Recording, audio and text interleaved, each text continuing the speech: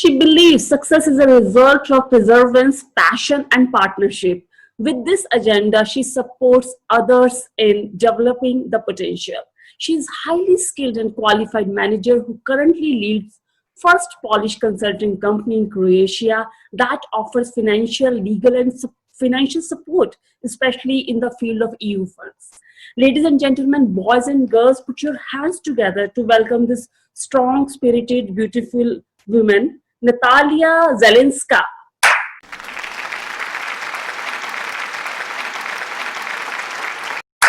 Thank you very much. Thank you for inviting me.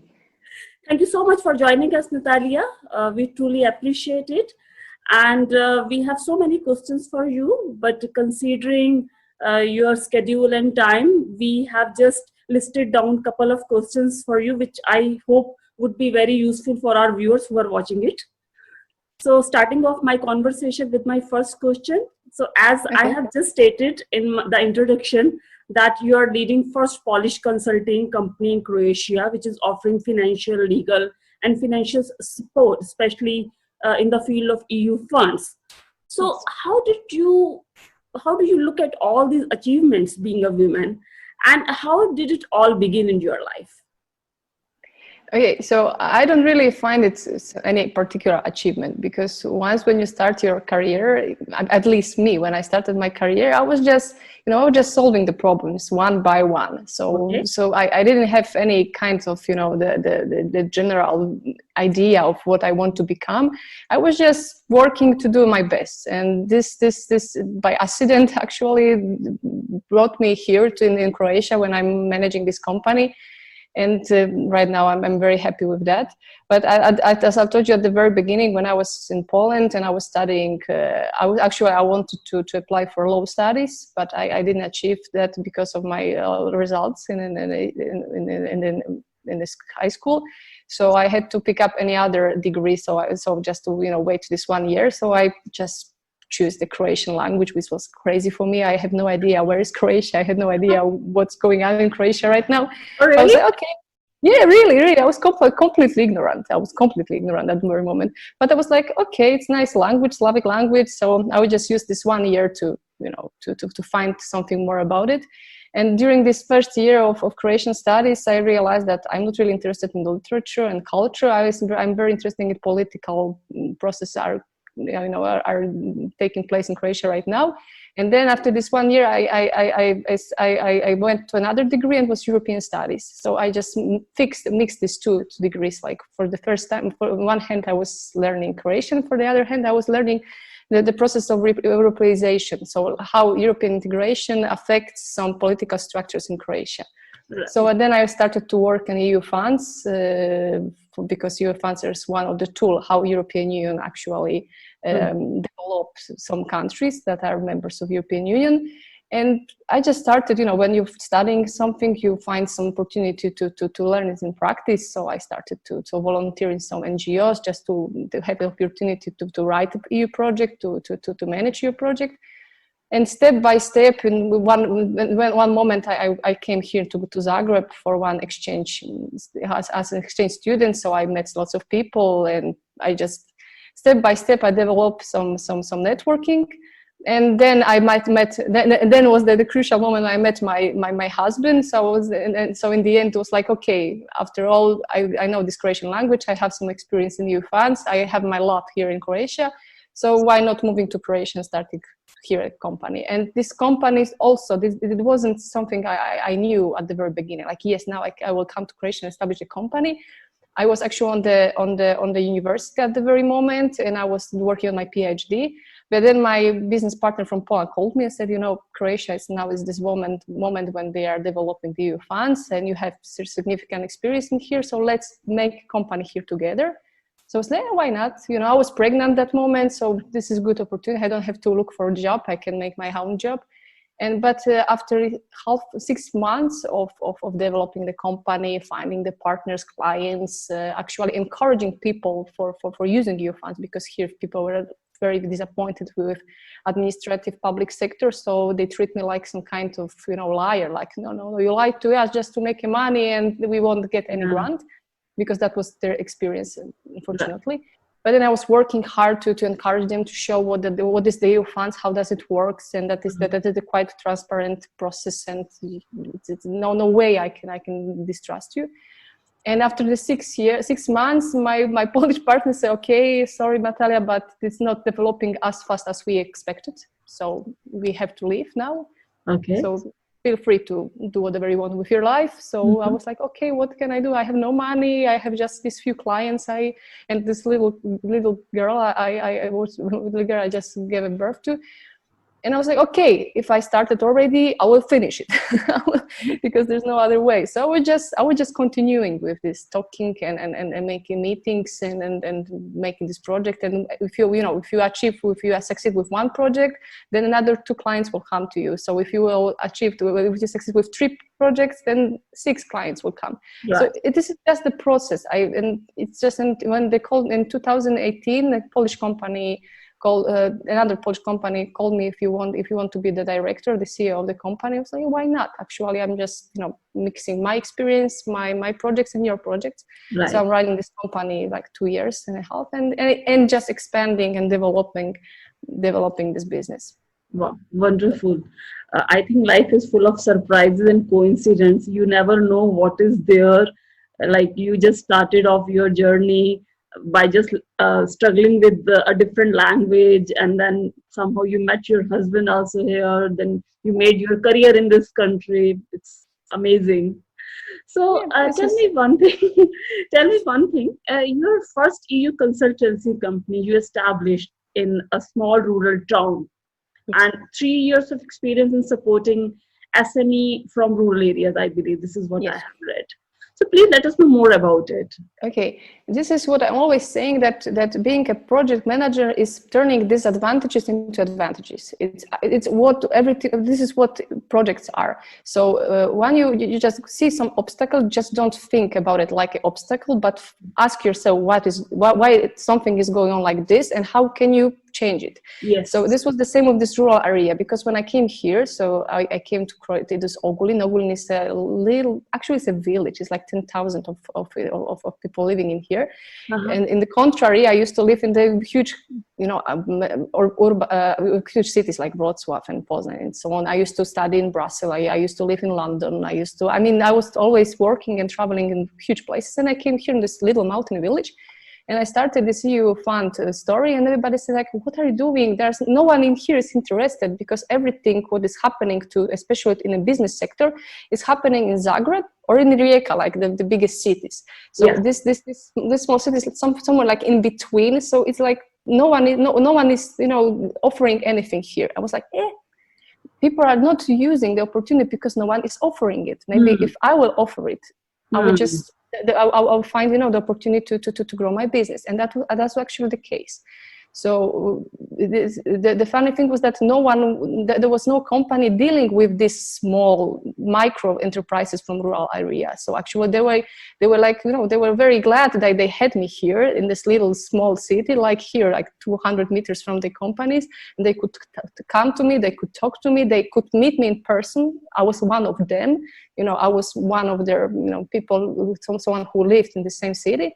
And it actually, this way I could get their trust, and I could really work on developing their companies. And of course, after all, let's say in one moment I said, like, if I want to really develop my company, I have to make at least one office in Zagreb, because it's here. Like if you are successful, you need to have an office in the capital city. So I opened this office, but actually I use this office only for meetings with key clients, because all the administration, all the things are happening still in this small country, small town. So, but right now I can say that even I have some foreign clients. I will just say a little more about it later.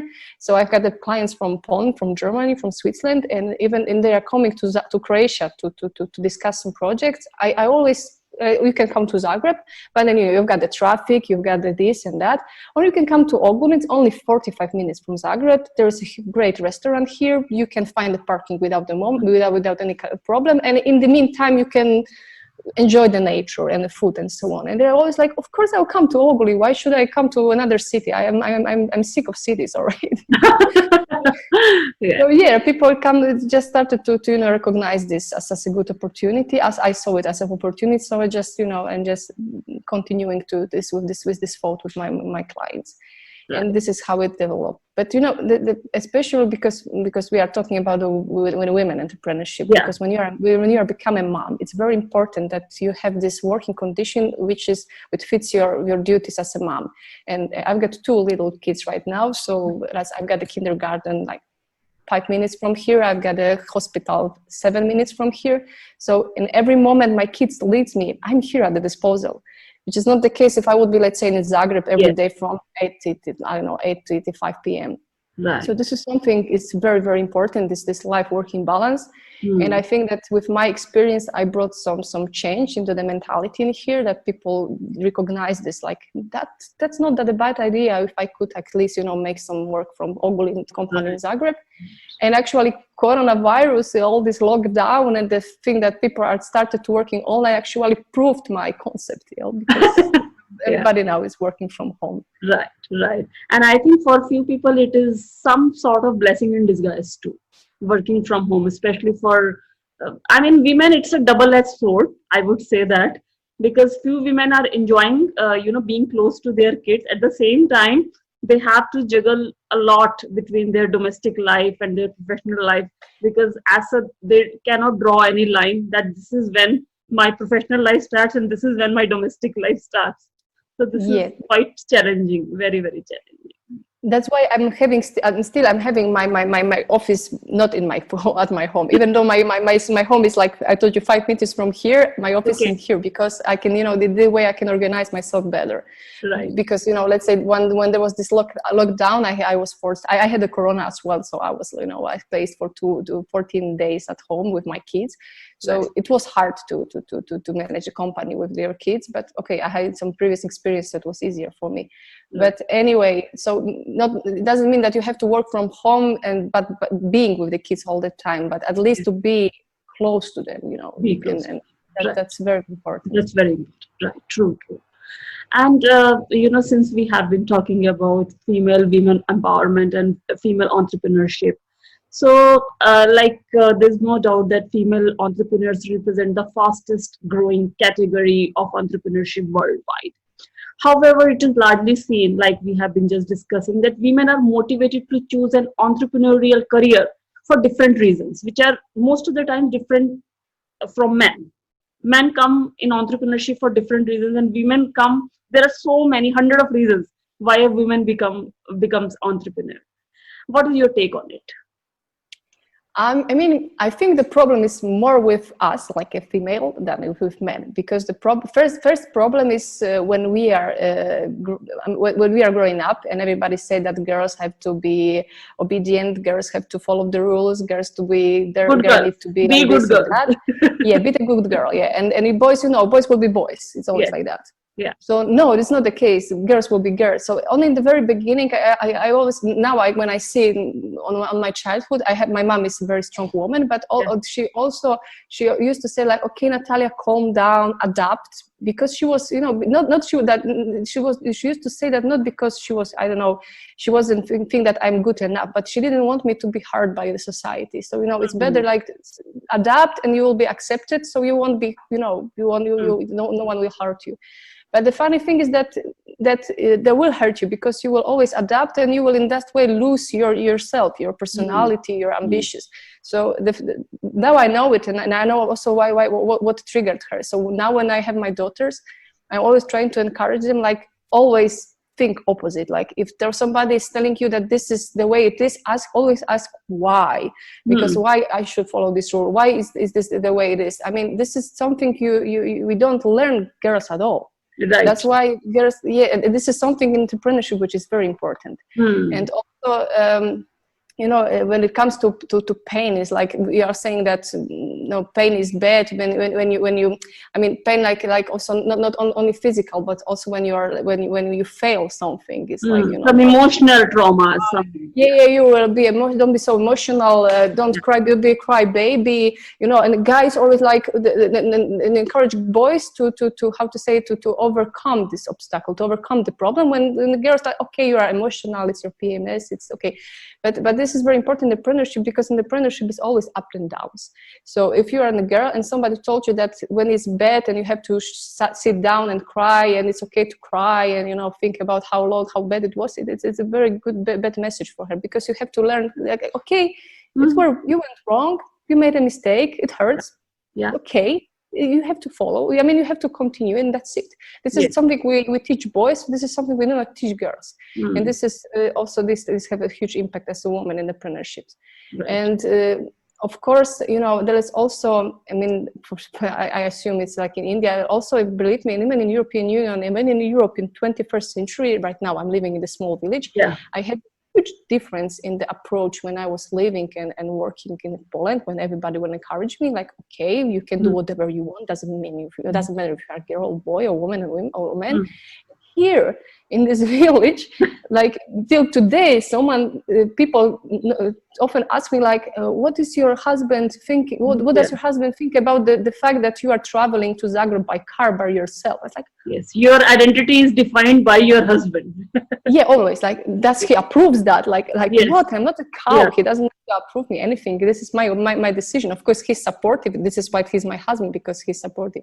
So we still have to find with these mental obstacles.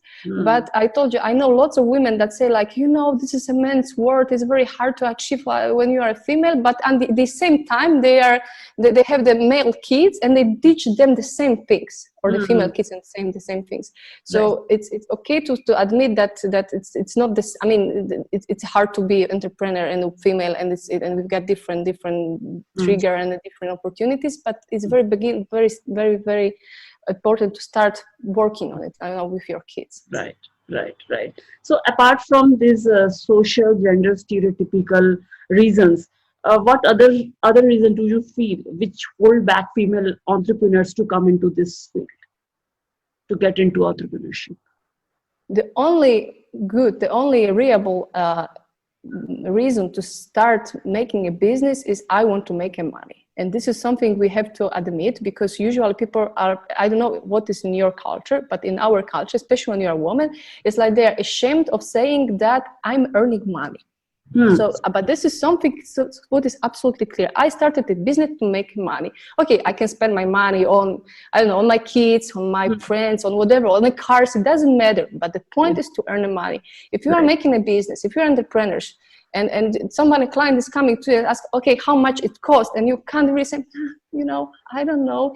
And this is the wrong approach. That costs this and that, because this is my time, this is my knowledge, this is what I put into this moment. And this is also the problem the women have, because women always say that the price on my service, describes me. No. This is something different. So this is your service, and you will do it your best, and that cost. And this is something you have to, you have to always be aware of when you are starting a business, especially in the beginning, when people are coming asking for the advice. You are like, I don't know, business consultant, so please just this is 5 minutes for you, just explain me on this and that. I was okay, this is 5 minutes right now, because I work on this 5 years. Yes. So this is also a service. This is my consultancy, and you should pay for it. And it's very hard, especially for females, I think, in the beginning, to just put this border, And so the only good reason to start a business is start making money. Of course, as I told, what is this? Which way we will spend this money? This is something different.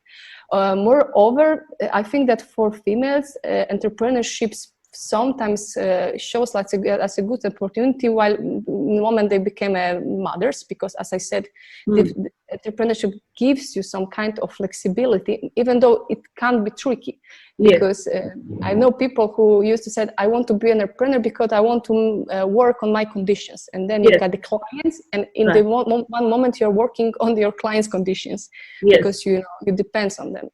And but this is also the moment you have to sit down, think about, like, okay, why I started a business. If I started a business to live the life on my rules, then stop listening to your clients and just make these rules clear. So this is the process, and everybody have to went through this process, and I can now tell you from my experience, but we have to experience it by yourself. But anyway, this is the reason that when you are giving a birth to a kid and you want to be close to them, you have to want to be more flexible with your time, work, and this work-life balance. Entrepreneurship is a good option. True. And Natalia, would you love to give some message to all viewers who are watching you? Is it a complicated question? No, it's not complicated. Also, just it's like this. This is the Latin quote: "Is sempre avanti." Just go ahead. It doesn't matter what you are doing. If you are a hairdresser, if you are a mom, if you are a businessman, whatever you want, just keep on going, because things will happen, nice things, good and bad things, but the only thing that describes success is the moment when you said, okay, I won't give up in this moment, I will continue to do what I want to do. And this is actually the definition of success. Just sempre avanti, just keep on going, move ahead, and you will succeed in terms of succeed in terms of your own success, because my success doesn't mean the same success what needs to you, but you have the clear vision. Why are you doing it? Why are you doing these things? And this is okay. You feel good when you're doing it. Just keep on going. Wow. On that wonderful note, I would like to say thank you so much once again for being with us and giving insight into your work. And thank you so much for taking time for this interview. We wish you all the best for your all future projects and endeavors. Thank you very much, and keep on going. Just go ahead, and doesn't matter what, just go ahead. Thank you so much. Also, the same with your project. Just be strong. Thank you so much. We truly appreciate it. Thank you guys for watching.